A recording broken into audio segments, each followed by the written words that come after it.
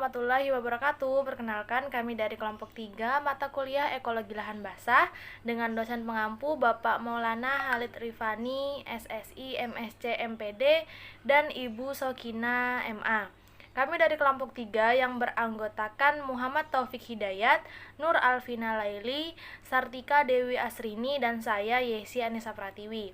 Di sini kami dari kelompok 3 akan membahas tentang kawasan muara, yaitu kawasan muara, estuaria, dan mangrove atau hutan bakau, serta dataran lumpur. Definisi muara. Muara sungai adalah bagian hilir dari sungai yang berhubungan dengan laut. Muara membentuk zona transisi antara lingkungan sungai dengan lingkungan laut yang mendapat pengaruh dari laut seperti pasang surut, gelombang, serta pengaruh dari sungai seperti arus sungai dan transport sedimen.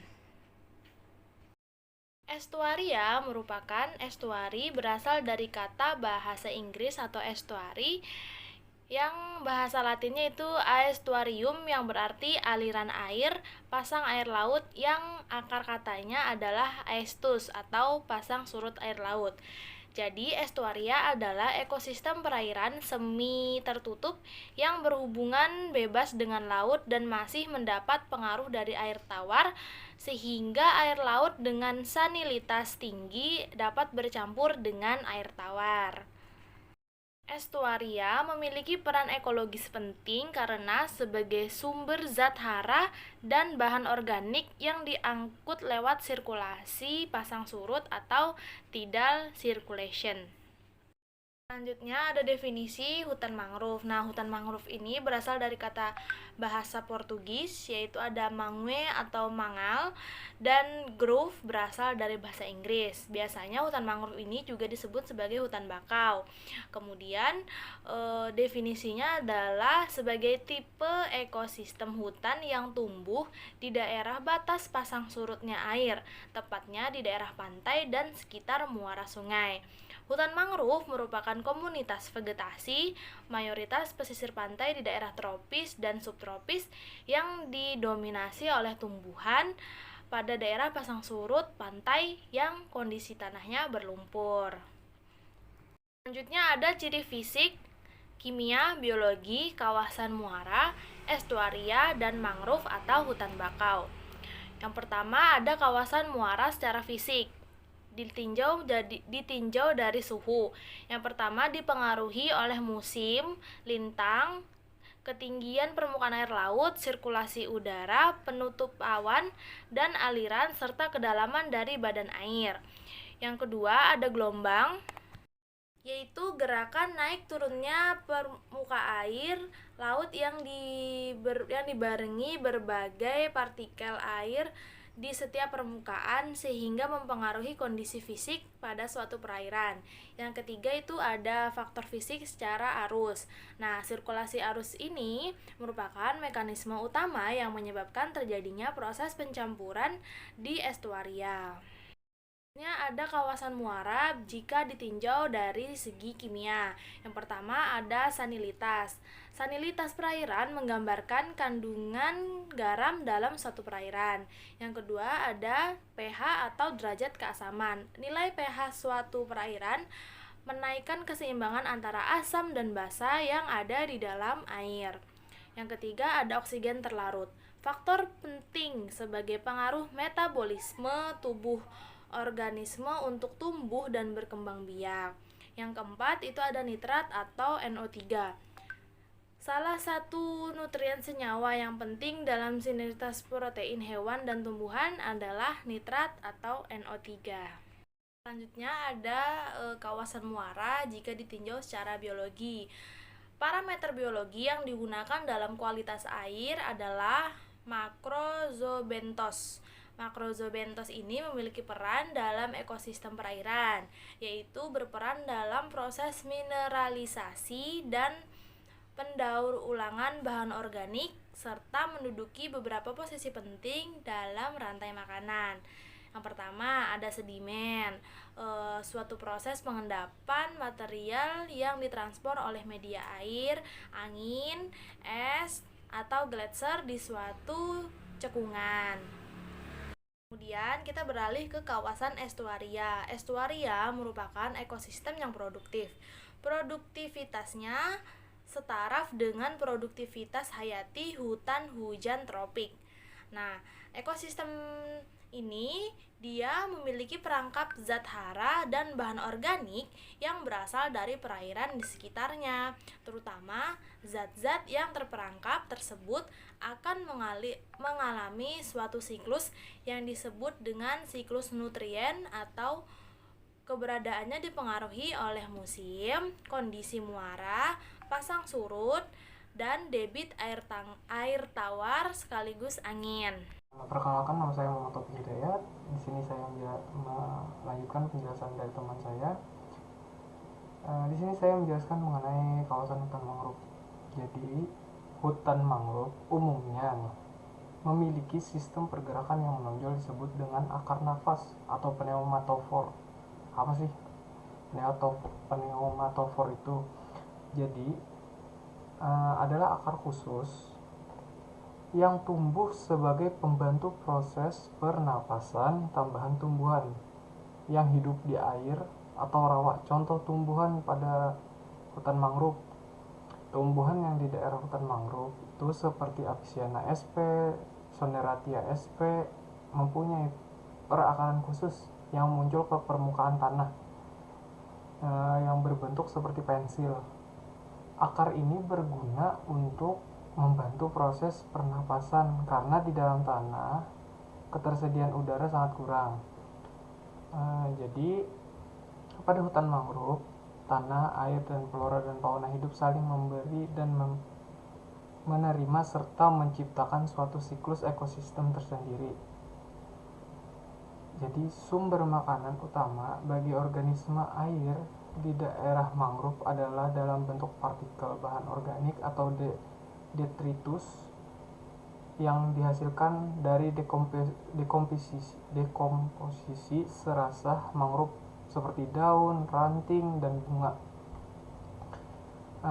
Dari sekian banyak jenis mangrove di Indonesia, jenis mangrove yang banyak ditemukan antara lain adalah jenis api-api atau Avicenna sp, bakau Rhizopora sp, tancang Bruguiera sp, dan bogem atau pedada Soneratia sp merupakan tumbuhan mangrove utama yang banyak dijumpai. Jenis-jenis mangrove tersebut adalah kelompok mangrove yang menahan endapan dan menstabilkan tanah habitatnya. Fauna mangrove hampir mewakili semua filum, meliputi protozoa sederhana sampai burung, reptilia, dan mamalia. Secara garis besar, fauna mangrove dapat dibedakan atas fauna darat, terrestrial, fauna air tawar, dan fauna laut. Fauna darat misalnya kera ekor panjang atau macaca spp, biawak atau Varanus salvator, berbagai jenis burung, dan lain-lain. Sedangkan fauna laut didominasi oleh moluska dan krustase. Golongan moluska umumnya didominasi oleh gastropoda, sedangkan golongan krustase didominasi oleh brachyura. Jadi hutan mangrove dapat dikatakan sebagai suatu hutan di pinggir laut dengan kemampuan adaptasi yang luar biasa. Selanjutnya adalah vegetasi penyusun kawasan muara, estuaria, dan mangrove atau hutan bakau dataran lumpur. Jadi mengenai vegetasi itu adalah komunitas tumbuhan di suatu tempat tertentu, mencakup baik perpaduan komunal dari jenis-jenis flora penyusunnya maupun tutupan lahan atau ground cover yang dibentuknya.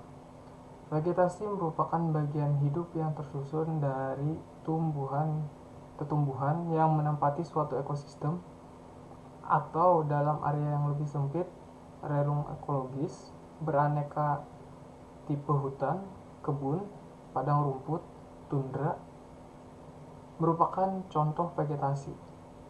Istilah vegetasi ini berbeda dan luas cakupannya. Dari flora, pengertian flora hanya merujuk kepada kekayaan jenis tumbuhan yang ada di suatu wilayah atau kurun waktu tertentu. Sedangkan vegetasi dicirikan pula oleh kekayaan bentuk hidup atau life form.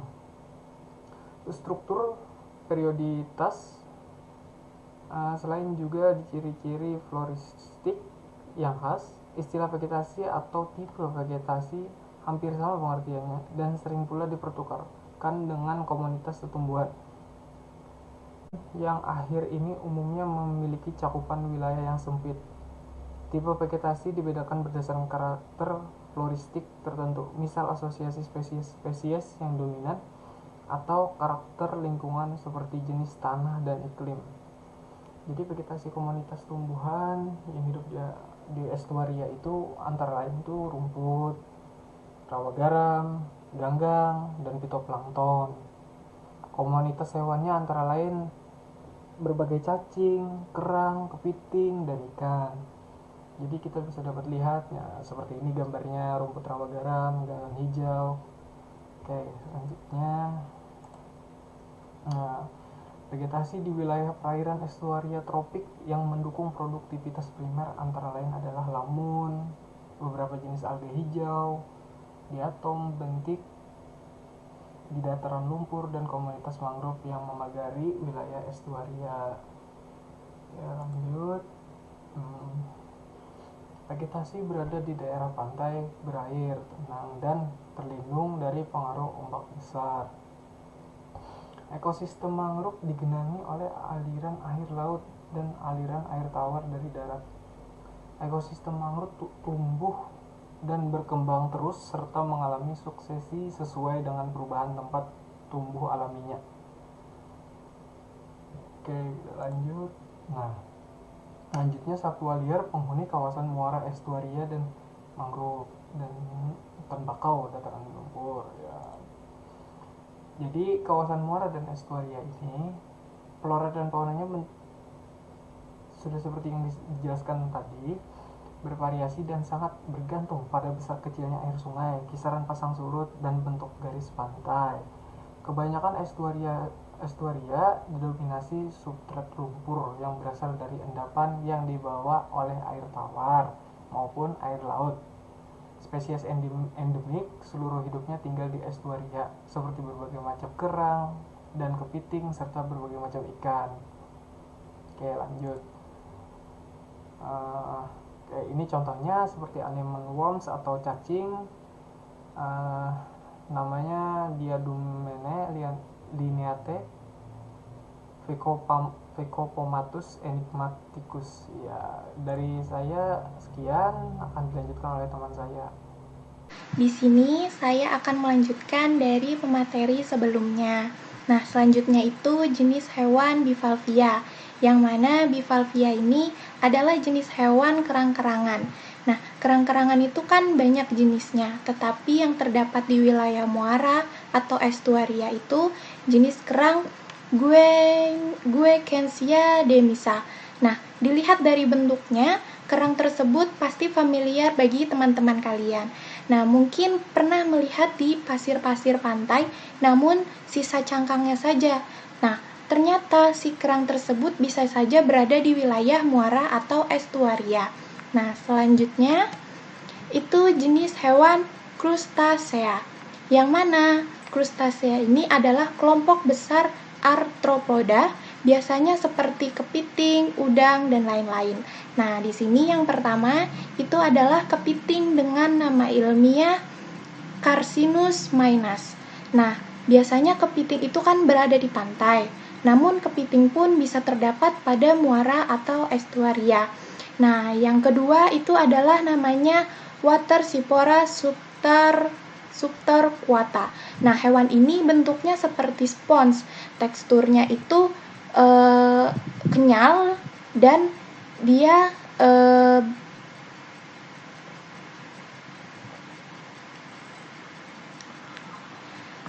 yang kedua adalah namanya Watersipora subtorquata. Hewan ini bentuknya itu seperti pons dan tekstur tubuhnya itu kenyal, seperti terlihat pada gambar. Nah, hewan ini tuh tidak terlihat di permukaan perairan, namun dia ada di dalam perairan saja. Nah, kemudian yang ketiga itu adalah namanya Botrytis closeri atau yang biasanya disebut bintang emas. Dan yang keempat itu namanya Stella clava. Dan dari ketiga hewan tadi yang bentuknya itu tidak menyerupai hewan pada umumnya, namun dia termasuk jenis hewan. Nah, kemudian selanjutnya masuk ke spesies ikan. Di sini yaitu jenis hewan ikan yang pertama adalah ikan sidat atau dengan nama ilmiahnya Anguilliformes. Nah, bentuk ikan ini itu kalian bisa melihatnya seperti belut, namun yang ada di gambar ini bukan belut, melainkan ikan sidat. Nah, ikan sidat ini dengan ikan belut itu sudah berbeda dari kawasan dia hidup. Belut biasanya berada di dataran yang berlumpur seperti sawah dan rawa, akan tetapi sidat itu berada di perairan dan berada di wilayah muara atau estuaria. Nah, yang kedua itu ada ikan kerapu atau nama ilmiahnya Epinephelus. Nah, ikan ini suatu jenis ikan yang akan berpindah dalam keluarganya dari pindah ke keluarga Latidae dari ordo Perciformes. Nah, jenis ikan ini itu tersebar luas di wilayah Hindia Pasifik barat mulai dari Asia Tenggara sampai Papua Nugini dan Australia Utara. Nah, kemudian ada ikan bandeng. Nah, siapa yang tidak tahu ikan bandeng? Ikan bandeng dengan nama ilmiah Lates calcarifer ini ikan yang tidak asing bagi kalian. Nah, ikan yang satu ini tuh sangat populer di Asia Tenggara. Ikan ini merupakan satu-satunya spesies yang masih ada dalam suku Canidae. Nah, dan juga satwa liar yang masih ada di kawasan muara atau estuaria. Kemudian selanjutnya, sebelumnya saya meminta maaf, di sini ada kesalahan dalam meletakkan gambar ini ke dalam jenis hewan. Nah, yang kalian lihat di sini itu udang. Hewan ini itu termasuk dalam jenis hewan krustasea. Karena hewan udang kaki putih dengan nama ilmiah Lithopenaus vannamei, ini jenis hewan yang ordonya masih krustasea. Udang jenis ini pun terdapat di wilayah muara atau estuaria. Pada slide selanjutnya, itu jenis spesies yang hidup di dataran lumpur. Yang pertama itu adalah kerang hijau dengan nama ilmiah Perna viridis. Nah, kenapa dinamakan kerang hijau? Karena warna dari cangkang kerang itu berwarna hijau. Nah, lalu ada cacing dengan nama ilmiah Marpisa sp. Nah, si cacing ini kalian tahu bahwa cacing itu hidup di tanah manapun. Tanah di dekat rumah pun pasti ada cacing, karena mereka hidup berada di dalam tanah, jadi tidak akan terlihat oleh manusia.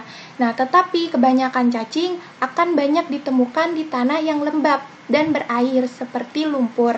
Nah, yang terakhir itu ada spesies tembakul. Dia jenis ikan dengan nama ilmiah Oxudersinae. Nah, si hewan ini hidup di dataran berlumpur dan berada di kawasan hutan mangrove. Nah, dari warnanya dia menyerupai warna tanah lumpur. Nah, hewan ini tuh sangat banyak di daerah hutan mangrove. Nah, pertama kali saya melihat hewan ini tuh seperti kecebong, dan saya mengira itu kecebong karena waktu itu saya melihat ukurannya sangat kecil, namun ternyata ada yang berukuran besar. Nah, tembakul ini dia hewan yang bisa melompat, padahal tidak memiliki kaki seperti katak. Dan lihatlah pada gambar, hewan ini akan melompat pada saat dia terkejut akan kehadiran sesuatu, karena merasa ada ancaman untuk hewan tersebut. Dengan melompat, pergerakan hewan ini menjadi sangat cepat, dan dia akan bersembunyi di tanah lumpur tersebut. Nah, dari satwa liar tadi, hewan-hewan tersebut bisa saja tiba-tiba masuk ke wilayah muara atau estuaria. Karena wilayah ini tuh berdekatan dengan wilayah pantai. Jadi bisa saja ada hewan yang hidup di laut namun terbawa arus pada saat pantai pasang, maka memasuki wilayah muara atau estuaria dan hutan mangrove. Nah, pada akhirnya mereka akan tetap berusaha untuk bertahan hidup di wilayah tersebut. Baik, mungkin ini saja yang dapat saya sampaikan. Materi selanjutnya akan dijelaskan oleh pemateri berikut. Nah, jadi selain yang tadi, spesies hidup di lumpur itu juga ada namanya tembakul atau Oxudarcinae. Nah, atau juga di orang sini itu bisa dibilang dengan timpakul. Jadi ikannya itu kalau misalkan kecil warnanya itu bisa keabu-abuan, dan kalau udah besar warnanya jadi warna hitam. Biasanya dia itu loncat-loncat kayak gitu, jadi dia tuh bisa masuk ke dalam lumpur terus bisa keluar loncat kayak gitu. Terus di sini saya akan juga menjelaskan tentang fungsi kawasan muara, estuaria, dan mangrove atau hutan bakau dataran lumpur terhadap makhluk hidup. Yang pertama itu adalah kawasan muara. Fungsinya adalah sebagai tempat pengeluaran atau pembuangan debit sungai terutama pada waktu banjir. Mempunyai nilai ekonomis yang penting karena dapat berfungsi sebagai alur penghubung antara laut dan daerah daratan. Terus ada namanya kawasan estuaria sebagai tempat pemukiman. Jadi sebagai tempat pemukiman seperti pemukiman masyarakat yang hidup di daerah pesisir. Terus yang kedua adalah sebagai tempat penangkapan dan budidaya sumber daya ikan. Karena di daerahnya termasuk di daerah perairan, jadi di situ bisa terdapat sebuah penangkaran atau sumber budidaya ikan atau segala macam seperti itu. Dan yang ketiga yaitu adalah sebagai jalur transportasi. Biasanya di daerah kawasan estuaria atau muara ini biasanya juga ada terdapat tempatnya pelabuhan dari kapal-kapal. Nah, yang nomor 4 sebagai pelabuhan dan kawasan industri. Sama seperti sebagai jalur transportasi, yaitu juga bisa sebagai pelabuhan atau kawasan-kawasan industri. Nah, yang terakhir ada kawasan hutan mangrove. Yang pertama, secara fisik dapat menjaga kestabilan garis pantai dan lain-lain. Secara fisiknya, sebagai peredam gelombang dan angin badai, pelindung dari abrasi, penahan lumpur, dan perangkap sedimen. Secara biologis merupakan tempat pemijahan dan pembesaran benih-benih ikan dan lain-lain. Sebagai daerah asuhan, daerah yang mencari makan dan daerah pemijahan berbagai jenis ikan, udang, dan sebagainya. Dan juga penghasil sejumlah besar detritus dari daun dan dahan pohon mangrove. Nah, secara ekonomis, merupakan salah satu daerah pesisir yang cocok untuk tambak, pembuatan garam, rekreasi, dan produksi kayu.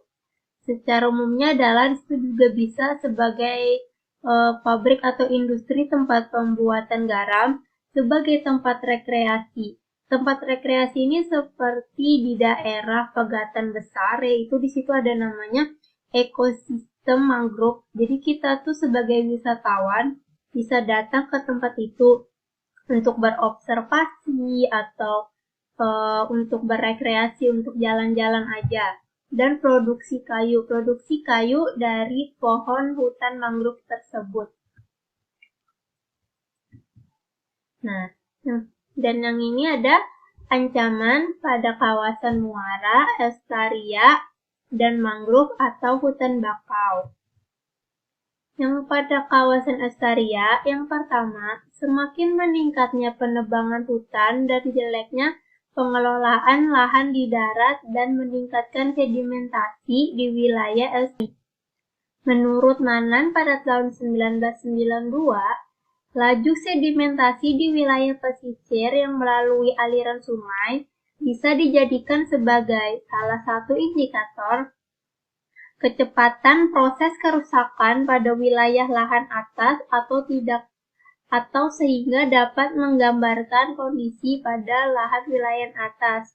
Contohnya, ketidaksesuaian penggunaan lahan seperti yang telah terjadi pada lahan sekitar 10 hektar di muara Sungai Guru-Guru Poka Ambon telah menimbulkan laju sedimentasi dalam bentuk muatan suspensi sebesar 8,26 ton per tahun. Yang kedua, ada pola pemanfaatan sumber daya hayati laut yang tidak memperhatikan daya dukung produktivitas pada suatu kawasan eustaria. Pola pemanfaatan ini menyebabkan kawasan muara sungai tersebut mendapat tekanan dan menyebabkan menurunnya produktivitas. Dan yang ketiga, meningkatkan pembangunan di lahan atas atau upland menjadi kawasan industri, pemukiman, dan pertanian. Lebih dan 80% bahan tercemar di wilayah pesisir dari laut berasal dari kegiatan manusia di darat. Jadi apabila semakin banyak dikembangkan industri pemukiman tersebut, bisa menimbulkan pencemarannya di daerah wilayah pesisir. Dan yang keempat adalah kegiatan-kegiatan konstruksi yang berkaitan dengan usaha pertanian. Gangguan ini meliputi aspek kualitas, volume, dan debit air. Pengurangan debit air yang dialirkan bagi irigasi dapat mengubah salinitas dan pola sirkulasi air di daerah eustaria dan menyebabkan jangkauan instruksi garam semakin jauh ke hulu sungai. Yang ketiga ada hutan mangrove. Hutan mangrove di Indonesia berada dalam ancaman serius dan meningkat dari berbagai pembangunan. Di antara yang utama adalah pembangunan yang cepat terdapat di seluruh wilayah pesisir secara ekonomi vital, konservasi kemanfaatan lain seperti budidaya perairan. Apabila pada kawasan hutan mangrove ini terjadi perluasan daerah, dan apabila juga hutan ini semakin ditebang, itu akan menimbulkan abrasi yang terjadi, sehingga air laut tersebut tidak ada penahannya, karena hutan-hutan tersebut telah ditebang. Dan yang terakhir ada pengelolaan dan konservasi kawasan muara, eustaria, dan mangrove atau hutan bakau.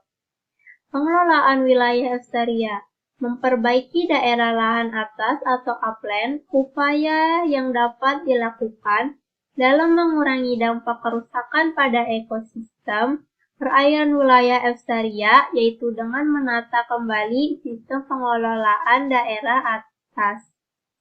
Khususnya penggunaan lahan pada wilayah daratan yang memiliki sungai. Jeleknya pengelolaan lahan atas sudah dapat dipastikan akan merusak ekosistem yang ada di perairan pantai. Oleh karena itu, pembangunan lahan atas harus memperhitungkan dan mempertimbangkan penggunaan lahan yang ada di wilayah pesisir. Contohnya seperti pengurangannya industri yang memproduksi bahan yang menimbulkan pencemaran atau limbah. Limbah sebelum dibuang ke sungai harus dikelola lebih dulu, baru dibuang ke sungai. Yang kedua ada pemanfaatan sumber daya perairan secara optimal wilayah eustaria yang berfungsi sebagai penyedia habitat sejumlah spesies untuk berlindung dan mencari makan serta tempat reproduksi dan tumbuh. Dalam pemanfaatan sumber daya perikanan, khususnya di wilayah eustaria, diperlakukan tindakan-tindakan yang bijaksana yang berorientasi pemanfaatan secara optimal dan lestari. Pola pemanfaatan ini sebaiknya memperhatikan daya dukung lingkungan atau carrying capacity.